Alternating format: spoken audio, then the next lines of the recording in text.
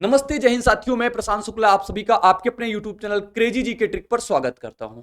दोस्तों, जैसे कि मुझे बहुत सारे मैसेजेस, बहुत सारे कमेंट आ पा रहे हैं कि सर एक जबरदस्त स्ट्रेटजी बताओ जिससे कि हम भी अपने 2024 के एसएससी के एग्जाम में बेहतरीन परफॉर्म कर पाएं और अपनी जॉब सिक्योर कर पाएं, हम भी आपके जैसी रैंक सिक्योर कर पाएं। जैसे मैंने एसएससी में अपना ऑल इंडिया रैंक 99 किया हुआ है, जिसमें मैं आपको अपनी प्लानिंग बताऊंगा, स्टूडेंट कहां पे गलती करते हैं वो चीज बताऊंगा, आपका स्मार्ट तरीका क्या होना चाहिए, आपका माइंडसेट क्या होना चाहिए अगर आप किसी भी एग्जाम को टारगेट करने जा रहे हो।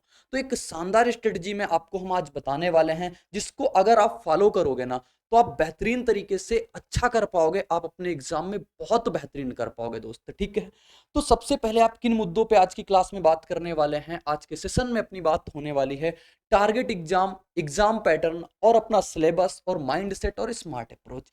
इन मुद्दों पे बात करेंगे, जिसमें कि सबसे ज्यादा यानी टोटल 5 मुद्दे हैं। सबसे ज्यादा इंपॉर्टेंट जो आपके लिए है, माइंडसेट क्या था और स्मार्ट अप्रोच क्या होती है। हमारा माइंडसेट क्या था, हम किस प्लानिंग के साथ उतरते थे मैदान में, यानी कि जब एग्जाम होता था किस प्लानिंग के साथ अपनी तैयारी करनी होती थी। ठीक है, जैसे आप प्लानिंग बेहद जरूरी है। महाभारत का युद्ध अगर पांडवों ने जीता भी तो किस वजह से जीता, क्योंकि उन्होंने बेहतरीन तरीके से प्लानिंग की होगी, तभी तो कौरवों को हरा पाए। नहीं, कौरवों की सेना इतनी ज्यादा थी, पांडवों की सेना सिर्फ मात्र 5 लोग। तो दोस्त, प्लानिंग बेहद जरूरी है। तो प्लानिंग पे आपको जितना ज्यादा काम करना पड़े ना, सबसे पहले आप प्लानिंग पे टाइम देना, प्लानिंग को बहुत बेहतरीन तरीके से बनाना। और प्लानिंग जितनी आसानी से आप बना लोगे, प्लानिंग जितनी बेहतरीन बना लोगे, आपके एफर्ट उतने कम हो जाएंगे। क्योंकि एक होता है आपका हार्ड वर्क और एक होता है स्मार्ट वर्क। आजकल का दौर ऐसा है कि जहां पे आपको स्मार्ट वर्क की जरूरत है। मेहनत तो सभी करते हैं, आप देखोगे कि बहुत सारी भीड़ है एसएससी के एग्जाम में, बहुत सारा कंपटीशन है, लेकिन असली कंपटीशन बिल्कुल नॉमिनल सा है, बहुत कम सा कंपटीशन है साथी। ठीक है, तो इन सब पे बात होने वाली है target exam, exam pattern, syllabus, mindset और स्मार्ट अप्रोच पे। तो दोस्तों देखो, सबसे पहले अपना टारगेट एग्जाम की कहानी क्या है। टारगेट एग्जाम अगर जैसे मैं बात कर रहा हूं आज में इसमें जो हम बात करने वाले हैं एसएससी एग्जाम की बात करेंगे। बाकी जो रेलवे के स्टूडेंट हैं, जो अपने पुलिस के स्टूडेंट हैं, स्टेट एग्जाम के स्टूडेंट हैं, वो भी उसको इसी प्रकार से समझेंगे। सबकी बातें एक सी होती हैं, सिर्फ सिलेबस अपना चेंज हो जाता है, कुछ पैटर्न सिलेबस पैटर्न चेंज होता है। तो समझना, एसएससी की बात कर रहे हैं, एसएससी में अपने जितने भी एग्जाम होते हैं वो सभी के लिए हम बात कर लेते हैं। एक अपना एग्जाम सीजीएल का होता है, एक अपना एग्जाम सीएचएसएल का होता है, और एक अपना एग्जाम दोस्त सीपीओ का होता है। इसी प्रकार अपना एग्जाम एमटीएस भी होता है, सिलेक्शन पोस्ट होता है, सिलेक्शन पोस्ट का एक एग्जाम होता है, ये होता है। और फिर इसके बाद एक एग्जाम अपना स्टेनो का भी होता है। ये सारे के सारे एग्जाम होते हैं। तो सबसे पहले आप टारगेट कर लो कि इसमें से आपको कौन सा एग्जाम देना है। और एसएससी की जो तैयारी करने आता है ना, ऑलमोस्ट समथिंग समथिंग वो सारे के सारे एग्जाम देता है। मैंने भी सारे एग्जाम दिए और लगभग लगभग सारे एग्जाम को मैंने क्वालिफाई किया है। कई बार मैंने एसएससी को बहुत सारे एग्जाम क्वालिफाई किया है। तो देखो साथी, सबसे पहले हम बात करेंगे अपने एसएससी की। मैंने कहा इतने सारे एग्जाम में है, इतने सारे एग्जाम में आपको बातें समझना है कि हमें असली टारगेट किसको करना है। रास्ते में तो अपनी सारी चीजें देते चलते हैं, लेकिन असली टारगेट हमारा क्या है, सीजीएल है, सीएचएसएल है, सीपीओ है, या स्टेनो है, या सिलेक्शन पोस्ट का है। ठीक है दोस्त, अब इसके बाद का काम, इसमें से आपने एक टारगेट कर लिया, भैया मुझे ये एग्जाम देना है। अब आगे की कहानी क्या होने वाली है, यानी कि एग्जाम पैटर्न। एग्जाम पैटर्न बहुत ज्यादा जरूरी है जानना। कई बार स्टूडेंट के सामने यही आता है, उनको पता ही नहीं होता है हमारा एग्जाम पैटर्न क्या है। एग्जाम पैटर्न, जैसे मैं सीजीएल और सीएचएसएल की बात करूं, वन बाई वन मैं सबकी बात कर लूंगा। अगर मैं सीजीएल और सीएचएसएल की बात करूं दोस्त, फिर स्मार्ट अप्रोच भी जानेंगे, स्मार्ट अप्रोच से किस प्रकार से करते हैं। अगर सीजीएल और सीएचएसएल की बात करूं तो इसमें हमारे 2 पेपर होते हैं, एक प्रीलिम्स होता है और एक कौन सा होता है, मेंस होता है। आई थिंक सभी को पता होगा, और नहीं पता है तो मैं बहुत जल्दी से बात खत्म करूंगा। प्रीलिम्स होता है और क्या होता है, मेंस होता है। प्रीलिम्स में क्या क्या चीजें होती हैं तो समझने का प्रयास करना अपना। प्री में कितनी चीजें आती हैं, प्री में क्या पैटर्न होता है, तो सभी एक बार में मैं जल्दी से बता देता हूं। इसमें आपके टोटल 4 सब्जेक्ट आते हैं। टोटल कितने सब्जेक्ट आते हैं कहोगे, 4 सब्जेक्ट आते हैं। एक आपके लिए होती है मैथ, और एक होती है आपके लिए इंग्लिश, और तीसरा होता है आपके लिए क्या, जीएस होता है, इंग्लिश होता है। तीसरा आपके पास क्या होता है, जनरल स्टडी यानी कि जीएस होती है। चौथा आपके पास होता है रीजनिंग होता है। तो दोस्त, ये 4 सब्जेक्ट होते हैं जो आपसे प्रीलिम्स में पूछे जाते हैं, वो सीजीएल का, वो सीएचएसएल का। अगर सीपीओ का प्रीलिम्स भी ऐड करना चाहोगे तो यही बात होती है। ठीक है, अब मैथ अपने पास टोटल 25 क्वेश्चन आते हैं। इसके भी, इंग्लिश के भी अपने पास 25 क्वेश्चन आते हैं। यहाँ के भी अपने पास 25 क्वेश्चन आते हैं, यहाँ से भी अपने पास 25 क्वेश्चन आते हैं। टोटल पेपर जो होता है वो 50 50 50 50 यानी 200 नंबर का होता है टोटल पेपर। और 200 नंबर में से आपको टाइम दिया जाता है मात्र और मात्र 1 घंटे का। 1 घंटे में आपको 100 क्वेश्चन बनाने होते हैं, तो अपने आप में ये भी चैलेंज होता है किस प्रकार की रणनीति बनाई जाए जिससे 1 घंटे में 60 क्वेश्चन अपने 100 क्वेश्चन अपने आराम से बनाए जा सके। 1 घंटे में यानी कि 60 मिनट में 100 क्वेश्चन बनाने होते हैं। ये बात हो गई प्रीलिम्स की। अगर इसके हम मेंस की बात कर लें, मेंस का अपना सीपीओ मेंस अलग होता है दोस्त। अगर हम इसमें सीजीएल और इसकी बात करूं मैं मेंस की, तो इसमें आपसे पूछता है 2 सेक्शन में होता है। जो आपका पहला सेक्शन होता है सेक्शन फर्स्ट। सेक्शन फर्स्ट में साथी आपसे पूछेगा रीजनिंग और आपसे क्या पूछ लेता है, मैथ पूछ लेता है। सारी बात करेंगे कि आप कैसे तैयार करोगे। रीजनिंग में आपसे 30 क्वेश्चन पूछेगा और मैथ में भी आपको 30 क्वेश्चन पूछेगा। और टोटल जो वक्त देता है यहां से, टोटल वक्त देता है 1 घंटे का। 1 घंटे का वक्त देगा यहां से, और एक क्वेश्चन 3 नंबर का होता है, यानी कि टोटल 90 की रीजनिंग बनेगी, 90 की मैथ बनेगी। फिर सेक्शन 2 की बात आती है। सेक्शन 2 में अपना इंग्लिश में चेंजमेंट सीएचएसएल में देखने को मिलता है। सेक्शन 2 में सबसे पहले होता है इंग्लिश और जीएस। अगर सीजीएल मेंस की बात करें, आपके पास इंग्लिश के टोटल 45 क्वेश्चन आते हैं।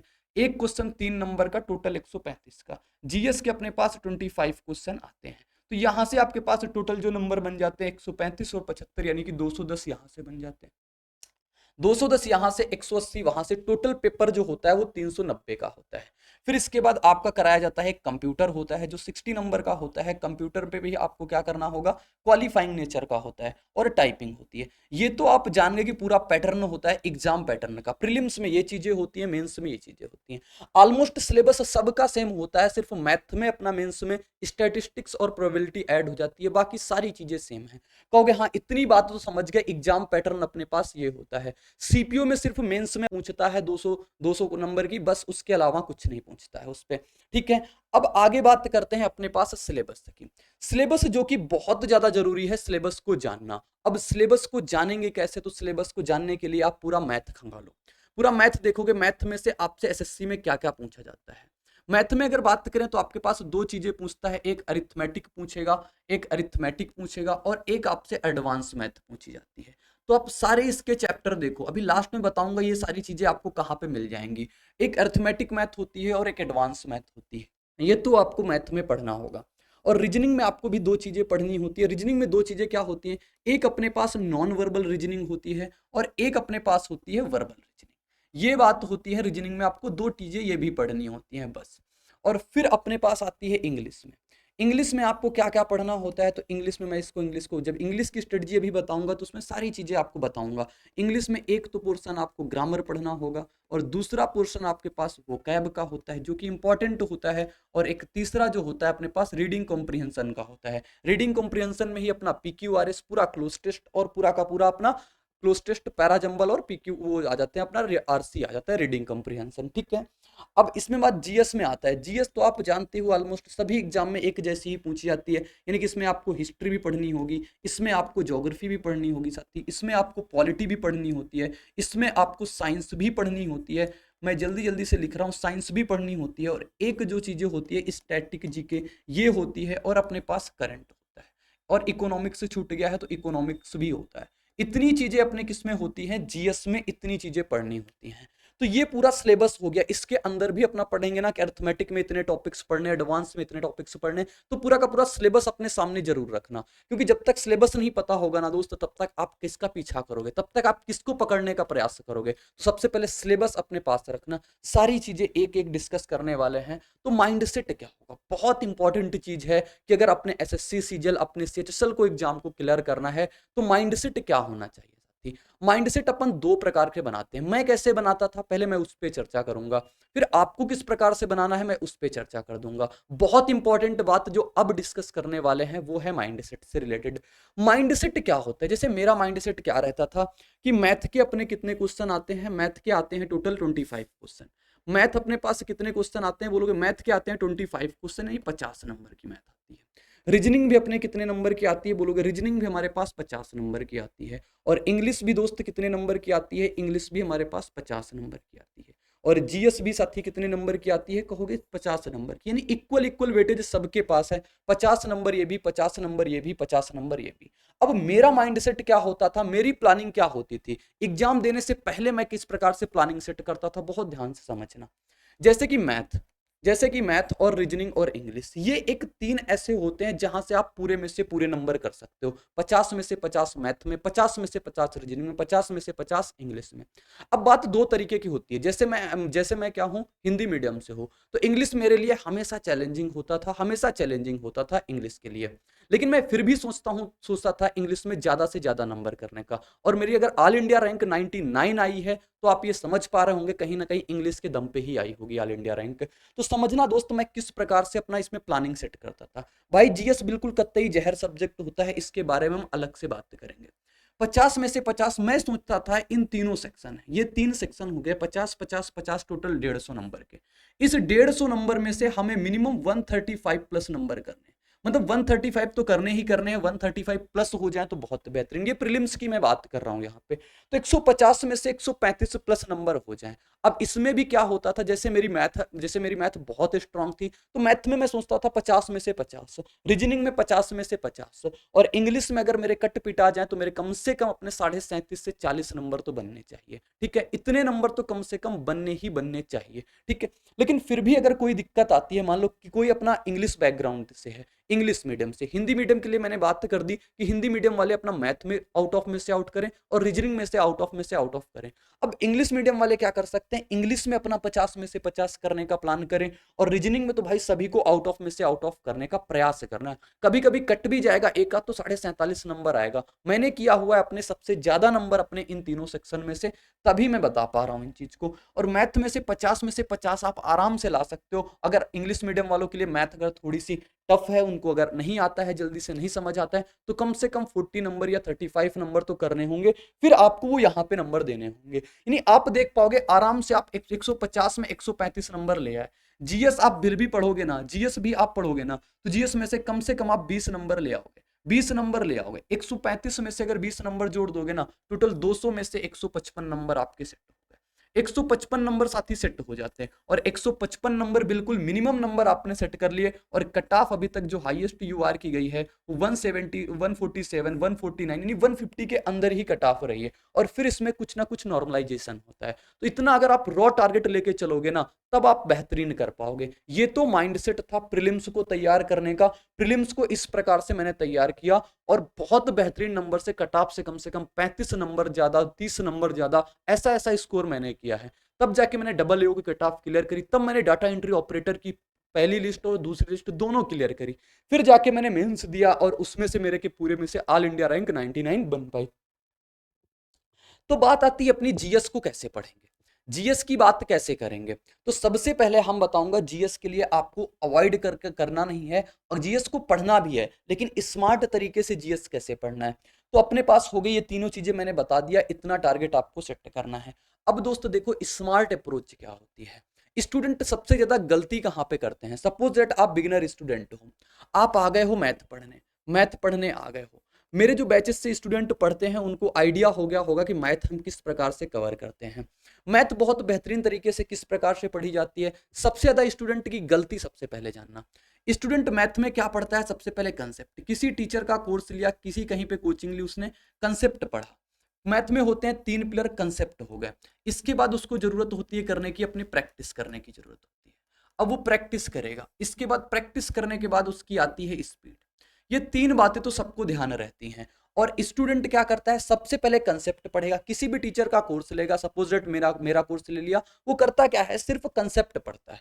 कंसेप्ट पढ़ा उसने, फिर प्रैक्टिस क्या करेगा, जब कहेगा, जब मेरा पूरा सिलेबस मेरे टीचर साहब पढ़ा देंगे, तब जाके हम आएंगे प्रैक्टिस करने। ठीक है, फिर उसके बाद वो मॉक लगाएगा, तब स्पीड बनाएगा। यानी समझ लो जो 6 महीने का काम होना है ना, वो 1.5 साल में वो कर पा रहा है। तो भाई ये बिल्कुल गलत तरीका है, ऐसे बिल्कुल भी नहीं करना होता। आपको सिंपल तरीके से कैसे चीजें करनी है। अगर आपने किसी भी टीचर का कोर्स ले लिया, मैं एनीवन सभी टीचर की बात कर रहा हूं, आप किसी भी टीचर से पढ़ पा रहे हो, किसी भी टीचर का आपने कोर्स ले रखा है, आपने पढ़ा, ठीक है, आपने पढ़ा, जैसे ही उसने एक चैप्टर कंप्लीट करा दिया, सपोज दैट मान लेते हैं पहला चैप्टर उसने परसेंटेज कवर करा दिया।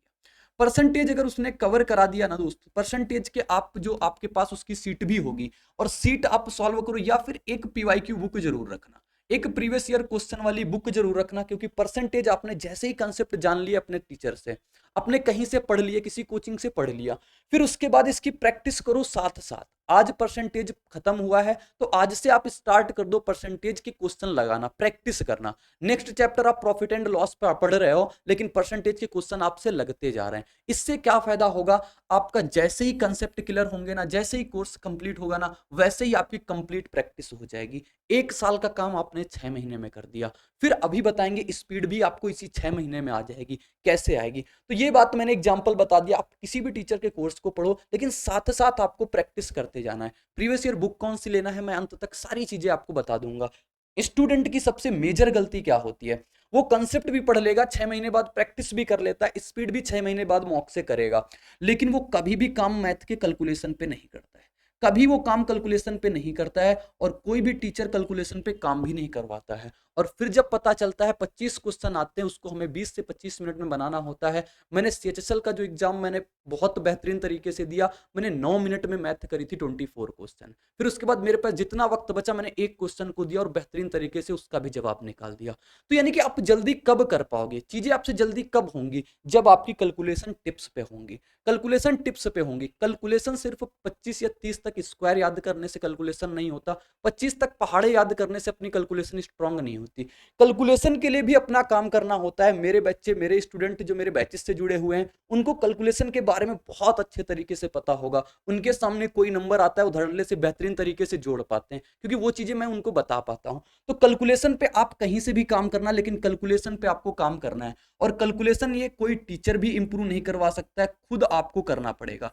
टीचर सिर्फ आपको मेथड बता देगा, अगर आपको जोड़ना है तो इस प्रकार से आप जोड़ो और आप ये काम डेली का डेली करोगे। मैं कैलकुलेशन पे एक अलग सी वीडियो बनाऊंगा, आपको पूरी चीजें कैलकुलेशन से रिलेटेड बताऊंगा। अभी तो मैंने बता दिया कैलकुलेशन बहुत इंपॉर्टेंट है। तो ये 3 चीजें अगर आप इंपॉर्टेंट करके चलोगे ना, आपको मॉक से फिर स्पीड बढ़ाने की जरूरत नहीं पड़ेगी। आप देखोगे प्रैक्टिस भी साथ साथ हो रही, कैलकुलेशन भी आपकी स्ट्रांग है, स्पीड आपका बिल्कुल आराम से बढ़ जाएगी उसी के साथ साथ। नहीं कि 1 डेढ़ साल का वक्त आपने 6 महीने में कवर कर लिया। साथ साथ आप जैसे ही मॉक देते जाओगे ना, वहां पे भी आपको मजा आने लगे कि मैंने 25 मिनट में 25 क्वेश्चन बना दिए, मैंने 30 मिनट में 25 क्वेश्चन बना दिए। फिर वहां से आता है दोस्त कॉन्फिडेंस, और जब कॉन्फिडेंस आता है ना, तो आप दुनिया जहां का कोई भी काम कर सकते हो। तो साथी ये बात थी अपनी मैथ की। फिर पूरी की पूरी बातें मैंने मैथ में बता दिया और कहा कि पीवाईक्यू बुक आपको फॉलो करनी है। पीवाईक्यू मतलब क्या होता है, अपने लास्ट 5 ईयर के क्वेश्चन, लास्ट 5 ईयर के क्वेश्चन आपको फॉलो करने हैं। लास्ट 5 ईयर के क्वेश्चन अभी जो मार्केट में दे रही है बुक, वो है अपने पास पिनेकल बुक। पिनेकल बुक से आप करोगे ना तो आपको जरा से भी दिक्कत नहीं आएगी। टोटल के टोटल मिसलेनियस क्वेश्चन मिल जाएंगे, यानी कि परसेंटेज के 250 से 300 क्वेश्चन सभी एग्जाम में, जितने सीजीएल, सीएचएसएल, सीपीओ, एमटीएस, अपने पास सिलेक्शन पोस्ट, सभी के क्वेश्चन मिल जाएंगे। और आप सीजीएल की तैयारी करो, यानी कि इतने सारे एग्जाम को आपको एग्जाम प्रीवियस ईयर पेपर देखने होंगे। तो ये बात हो गई अपने पास किसकी, मैथ की। अब अगर मैं बात करूं इसमें से किसकी बात की, आपकी रीजनिंग की। रीजनिंग दोस्त बिल्कुल सेम चीज है, क्योंकि ये पूरे में से पूरे नंबर मैंने करने के लिए बताया है। तो रीजनिंग की कहानी क्या होती है बोलोगे, रीजनिंग की कहानी हमें 50 में से 50 करने, 50 में से क्या करना है, 50 करना है। तो 50 में से 50 करने की रणनीति क्या होनी चाहिए, 50 में से 50 करने की रणनीति होनी चाहिए, आप एक पीवाईक्यू बुक लो। सिर्फ क्या लेना है, पीवाईक्यू बुक लेना है। पीवाईक्यू बुक वो भी क्या होगी, पिनाकल की ही ले लो आप, क्योंकि पिनाकल ही प्रेजेंट टाइम पे अच्छी बुक अपनी प्रोवाइड करा रहा है।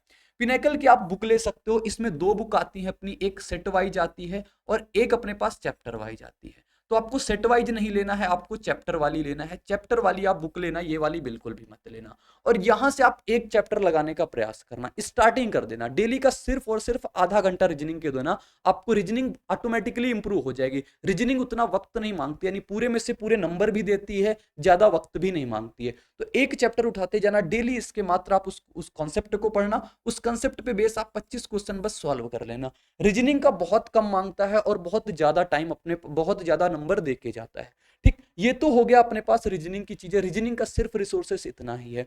अगर आप कंसेप्ट अगर वीक लगते हैं कि मुझे ये चीज नहीं समझ में आती है, तो यूट्यूब का किसी भी टीचर को आप फॉलो कर सकते हो, उसके प्रॉपर अपने पास नोट्स बना लेना और उसको अपने पास फिर करते जाना, आपके पास रीजनिंग इंप्रूव हो जाएगी। ठीक है, और रीजनिंग का भी टाइम इंप्रूव जरूरी है कम करना, यानी कि टाइम को अपने पास सेट करना।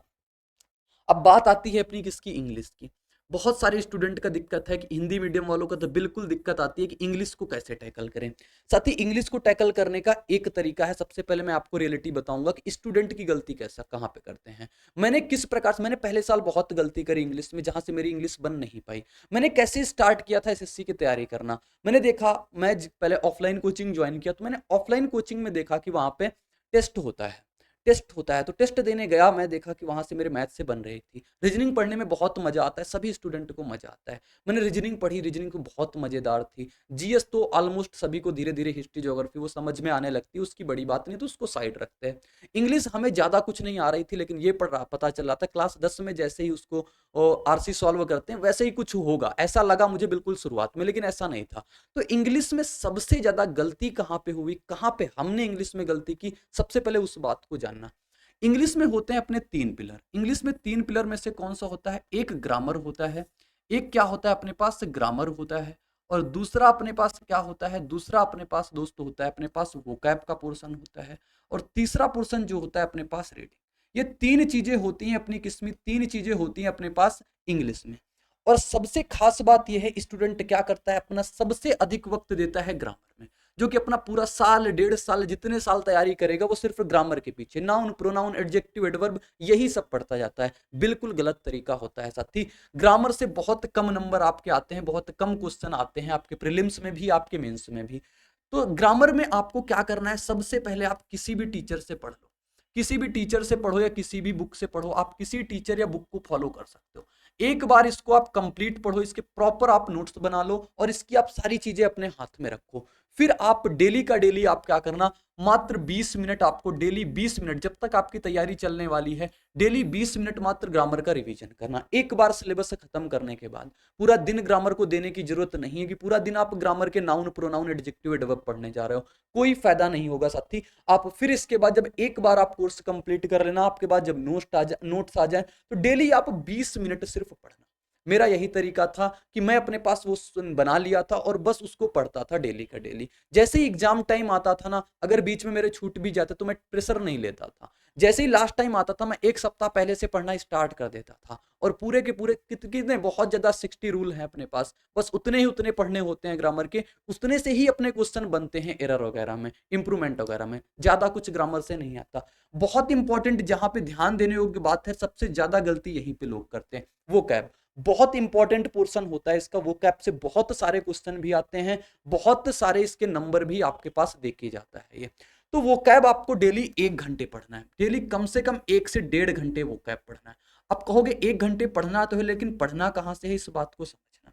वो कैब आपको पढ़ना है, जैसे पीवाईक्यू बुक आपको ही फॉलो करना, कोई भी प्रीवियस ईयर बुक हो जो लास्ट के 5 साल से अपने 6 साल तक क्वेश्चन दिए हुए हो। आज मेरी वो कैब, अगर वर्ड पावर मेरे पास अगर 8 से 10 हजार वर्ड मुझे याद हैं, तो 8 से 10 हजार वर्ड मुझे याद नहीं है, लेकिन क्वेश्चन को देख के, यानी कि वो कैब को देख के समझ आता है कि ये अपना पॉजिटिव सेंस दे रहा है या निगेटिव सेंस दे रहा है। अपने पास 4 ऑप्शन होते हैं, ऑप्शन एलिमिनेट करके आप सही जवाब तक पहुंच जाते हो।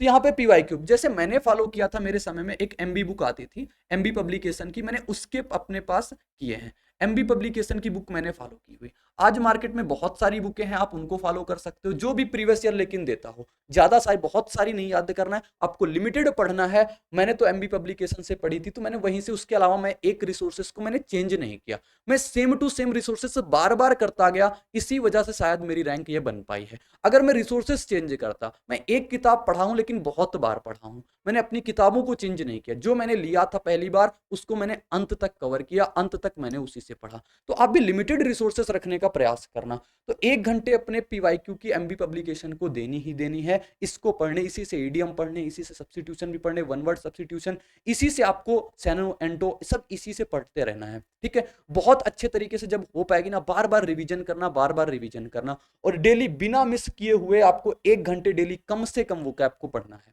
ठीक है। और रीडिंग की बात आती है, सबसे ज्यादा स्टूडेंट जो करते हैं वो यही नहीं करते हैं, सब कुछ तो कर लेंगे इंग्लिश में, लेकिन ये नहीं करेंगे, फिर कहेंगे हमारे नंबर नहीं पढ़ते। तो दोस्त, रीडिंग बहुत मेजर चीज है अपने एग्जाम को टैकल करने में। तो रीडिंग आप कहां से करोगे, किस प्रकार से रीडिंग करोगे, तो समझना मेरी बात को। रीडिंग आप कोई नॉवेल भी पढ़ सकते हो जिस पे आपका इंटरेस्ट हो, आप जो कोई भी न्यूज़पेपर में जिस टॉपिक पे इंटरेस्ट हो, मैं तो कहता हूँ न्यूज़पेपर पे आपको जिस टॉपिक पे इंटरेस्ट हो, टॉपिक मतलब आप स्पोर्ट देखना चाहते हो, आप पॉलिटिक्स पढ़ना चाहते हो तो पॉलिटिक्स पढ़ो, स्पोर्ट से पढ़ना चाहते हो स्पोर्ट से पढ़ो, रेसिपी है रेसिपी से पढ़ो, आपके पास एक्टर एक्टरनी में शौक है तो उससे पढ़ लो। मतलब जो भी आपको मजा आती है ना, जिसको, उसमें आपको सिर्फ इंग्लिश को रीड करना है, इंग्लिश को रीड करना है, और कम से कम इसको भी आपको 40 से 45 मिनट डेली के बेसिस पे करना है। और ये चीजें एक दिन में नहीं सुधरती, ये वक्त मांगती हैं। रीडिंग वगैरह में इंप्रूवमेंट होने में वक्त लगता है, और जब एक बार इंप्रूवमेंट हो गया ना, आप कभी भी एग्जाम देने जाओगे ना, आपके मुंह से वही वर्ड निकलेंगे जो बिल्कुल एक्यूरेट होंगे, जो कि बिल्कुल क्या होंगे, सही होंगे साथी। ठीक है, तो मैंने कहा ठीक है, ये बात हो गई। और फिर अपने पास इसमें से एक जरूरी पार्ट होता है अपने पास लिसनिंग का। लिसनिंग भी करोगे, वहां से भी इंग्लिश इंप्रूवमेंट होती है। मैं कहाँ से लिसनिंग करता था, मैंने तो इसी प्रकार से इंप्रूव किया, तभी मैं आपको बता पा रहा हूँ लिसनिंग में कहाँ से करता था। तो एक अपना चैनल है जिसपे कि मोटिवेशनल अपनी स्पीकर, मोटिवेशनल चीजें बताई जाती हैं, मोटिवेशनल स्पीच होते हैं, वो इंग्लिश स्पीच करके चैनल ही है। इंग्लिश स्पीच करके चैनल डालोगे, इसमें विराट कोहली, एम एस धोनी, या फिर आपके एक्टर और आपके एक्टरनी, सभी लोग उस पर आते हैं और अपने मोटिवेशन की बातें करते हैं। तो वहां से आप देख सकते हो। एक्टरनी कहने का मतलब ऐसा नहीं कि मुझे एक्ट्रेस पता नहीं, एक्टरनी मैं बोल रहा हूँ सिर्फ। ठीक है, इंग्लिश स्पीच अपने पास हो गए। ठीक है, तो इंग्लिश स्पीच अपने पास, इसको इंग्लिश स्पीच यूट्यूब चैनल है, उस पर आप देखोगे एक कम से कम एक अपना 10 से 12-15 मिनट का होता है। बहुत केयरफुली तरीके से पढ़ना, वहां से सब टाइटल लगा हुआ आता है, और सब टाइटल में जब आपकी नजर जाएगी ना, ग्रामर इंप्रूव होगी, वोकैब इंप्रूव होगी, आपको पूरी चीजें ओवरऑल उस पर इंप्रूव होने को देखने को मिलेंगी। ठीक है, तो ये बात हो गई अपनी इंग्लिश स्पीक यूट्यूब चैनल की। और जब कभी खाना पीना खाने बैठो ना, तो एक होता है अपने पास संसद टीवी। संसद टीवी अपने पास से क्या होता है, संसद टीवी भी एक यूट्यूब चैनल जहां पे अपनी डिबेट चलती है। अगर आपको राजनीति में इंटरेस्ट रखते हो, तो ये प्रकार की आप डिबेट देख सकते हो, जो कि 20 से 22 मिनट की होती है। मैं तो खाना खाते वक्त या कहीं चलते वक्त तो मैं संसद टीवी का डिबेट अपना सुन लेता था इंग्लिश में, लेकिन जो करना है इंग्लिश में करना है। पहले कुछ दिन तक बिल्कुल भी समझ में नहीं आता, पहले दिन तक तो समझ में नहीं आता ये क्या पढ़ा है क्या नहीं पढ़ा है। कम से कम 15 से 20 दिन तक ऐसा होगा कि आपको इन दोनों में से कोई भी चीज समझ नहीं आएगी, लेकिन कंटिन्यू रखना। मैंने भी ऐसा किया हुआ है, लास्ट तक कंटिन्यू रहे, और फिर जाके मेरी न्यूज़पेपर पढ़ा, नॉवेल भी पढ़ी, लिसनिंग भी की, सब कुछ। अब तो एवरीथिंग, सारी चीजें मुझे समझ में आती हैं। और स्टार्टिंग न्यूज़पेपर की ना सबसे पहले गलती स्टूडेंट क्या करते हैं, स्टार्टिंग किसी ने बता दिया रीडिंग करना जरूरी है, वो द हिंदू को उठा लाते हैं। भाई द हिंदू को स्टार्टिंग में नहीं पढ़ना है, आप छोटे न्यूज़पेपर से स्टार्टिंग करो। पढ़ना है टाइम्स ऑफ इंडिया पढ़ो, द इंडियन एक्सप्रेस पढ़ो, इस प्रकार की चीजें पढ़ो। मैंने तो टाइम्स ऑफ इंडिया से स्टार्टिंग किया हुआ था, फिर जब टाइम्स ऑफ इंडिया मेरी कमांड हो गई, तब मैं जाके द इंडियन एक्सप्रेस पढ़ना स्टार्ट किया।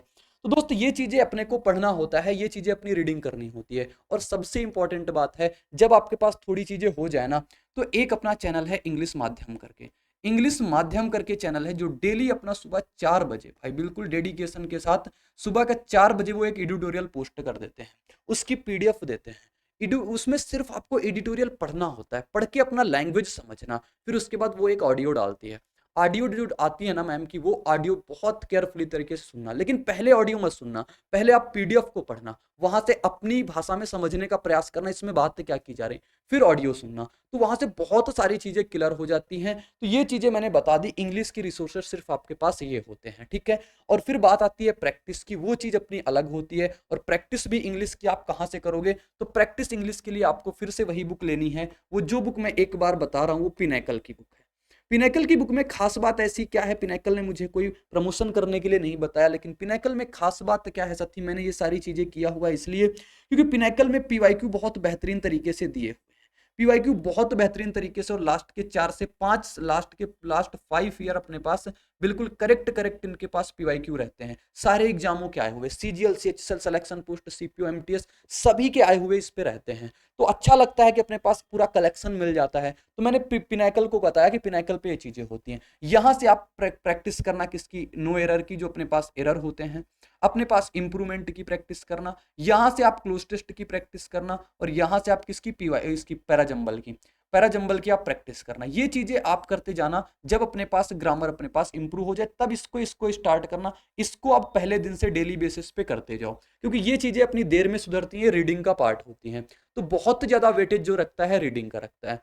तो आज मैंने 1 बाय 1 इन सब पे बात कर ली है कि हमारी कैसी प्लानिंग थी। तो मेरी प्लानिंग दोस्त यही रहती थी कि मैं अपने 3 सेक्शन में से 135 प्लस नंबर कर जाऊं। ज्यादा आ जाए बहुत बढ़िया बात है, लेकिन इंग्लिश में मेरा टारगेट रहता था कम से कम 40 नंबर करने का। कभी कम भी आते थे, कभी ज़्यादा भी आते हैं। जहाँ पे मैंने सिलेक्शन लिया हुआ, यहाँ पे मेरे इंग्लिश में 45 नंबर थे। ठीक है दोस्त, तो मैं आपको पूरा का पूरा बातें भी बताऊंगा, सारी चीज़ें बताऊंगा, यानी कि बहुत बेहतरीन तरीके से। इसके बाद अपनी वीडियो और आने वाली हैं।